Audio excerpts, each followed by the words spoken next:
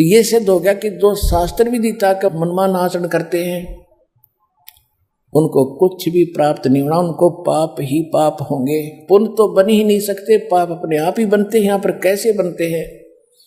जैसे किसान खेती के लिए पहले जमीन को तैयार करता, जिसमें झाड़ झंकाड़ बहुत अपने आप उगे होते हैं, और उसको संवारता है ट्रैक्टर से या हल से, कस्सी से खोद खाद कर उसको बीज बीजने योग्य बनाता है। फिर गेहूं का बीज डालता है, उसमें पैसे लगते हैं। उसको खोदा पाड़ा, हल से जोता, ठीक किया, संवारा, ट्रैक्टर से खुदवाया, संवरवाया, बहाया, तो उसमें पैसे लगे, मेहनत करनी पड़ी, पैसे भी लगे। फिर उसमें खाद डालना, पैसे लगे, पानी देना, पैसे लगे, मेहनत करनी पड़ी। तब जाकर के एक फसल मिली, कणक मिली, जिससे जीवन रक्षा हो सकती है।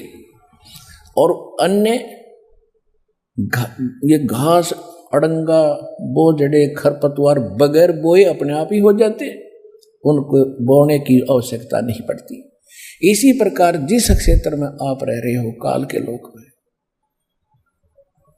या तो कदम रखने पर भी पाप लगता है। कहते पृथ्वी ऊपर पग जो धारे, करोड़ जीव एक दिन में मारे।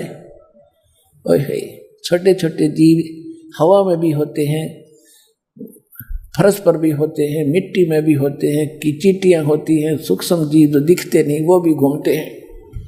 खाना खाने में भी जीव हिंसा होती है, बनाने में भी होती है, खेती करने में भी जीव हिंसा होती है, कसी से काम करता मजदूर उसमें भी पाप लगते हैं।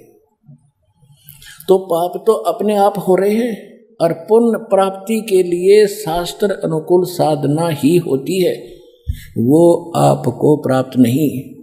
तो आपके तब माल गाड़ी भर गई पापों की, वहां पर पूरा गोदाम भरा पड़ा है आपके प्रारब्ध का, आपके संचित कर्मों का, और उसी से प्रारब्ध बनता है। तो आप ऐसे पाप ले लेकर यहां पर आए हो, पूरी गठड़ी बांध कर, और आज भोग रहे हो। किसी की हाथ कट गया, किसी की टांग कट गई, किसी को कैंसर होगी, किसी का बेटा मर गया, कोई स्वयं दुखी है, रोगी है, किसी का कुछ हाल है। अब परमात्मा क्या करेगा? आपके पहले जब आपकी श्रद्धा बनाएगा, आपकी आस्था देखेगा।